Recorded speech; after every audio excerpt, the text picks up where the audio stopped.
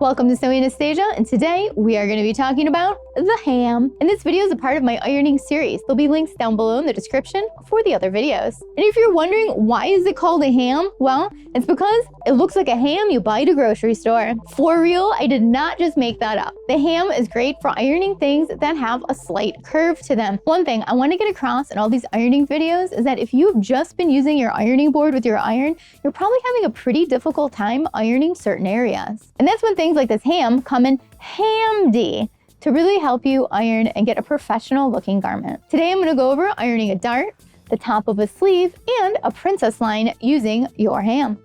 Just real quick, if you'd like to learn more about sewing, make sure you check out my online sewing academy and my sewing club. And if you enjoy these videos, make sure you like and subscribe to Sewing Anastasia.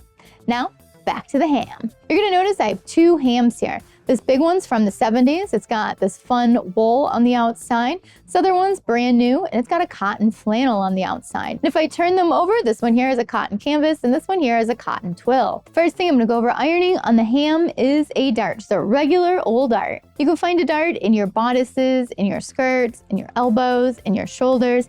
Darts are in a lot of different places in garments. Since a dart is an intake of fabric to create shape, we no longer have a flat piece of fabric. So if I was just to iron this flat with no ham, there's a chance I'm going to get creases in it at some point. So this curve to the ham allows us to place this dart on here and smooth it out over the edges. So that way when we iron, we're not going to get wrinkles over here. So I'm going to use the iron with the heat and the steam to go over this dart here.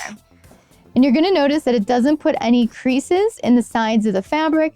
It allows it to smooth out around the dart. I specifically really like doing the tip of the dart on the ham because we have a lot of shape happening up here at the tip of the dart. In terms of where to place your project on the ham, it really depends on how severe the curve or the shape is that you're ironing. So this dart isn't super severe, so it works really well on the top of the ham. If I had a really severe bust dart, I could use the side of the ham to really get that curve there. So you really want to match up the curve of your project with the curve on the ham. Next, I'm going to iron a princess line using the ham. This here is a dress I'm upcycling, and it has a princess line here. Now, if I try to get this flat on my ironing board, you can see that I can't get it flat. No matter which way I pull it, I'm always getting the creases in it, and that's because it's a curved shape. So now when I take the ham and I put the ham under it and figure out where the best position is for this, you can see now that I'm not getting those creases in there, and I can iron this princess line nice and smooth. So I'm gonna iron my seam on the side of the ham here, and it's going to give us a nice clean press on that curved seam. And you can see how it pops out and there's no wrinkles, and it's a nice curve on the garment. Now I'm going to use the ham to iron the sleeve on this dress, because if I just tried pressing this flat with my ironing board, I am going to get creases everywhere. In the sleeve, in the bodice, it's not going to be great. Since I want to iron the top of the sleeve, I'm going to take my ham, I'm going to put it on the inside and get everything to lay nice and smooth. Now you can move the ham around until it's positioning itself with your garment for it to be smooth.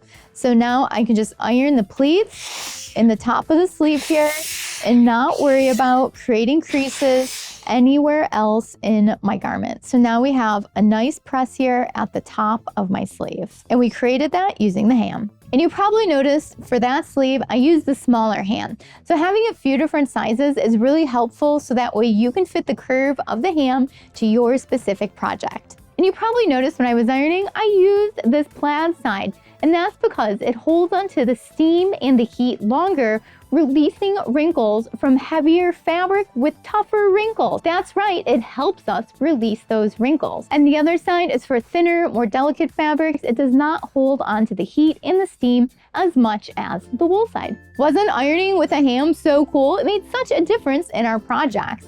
I hope you really enjoyed the video today on using the ironing ham. If you have any questions about it, leave it down below in the comments and I'll get back with you as soon as I can. And again, this video is a part of my ironing series. I have videos on the seam roll, the clapper, the tailoring board, and the sleeve board. So make sure you check all those out. There'll be a link down below description. I would love to know what size your ham is at home, and do you use a ham? How often do you use a ham? What do you use your ham for?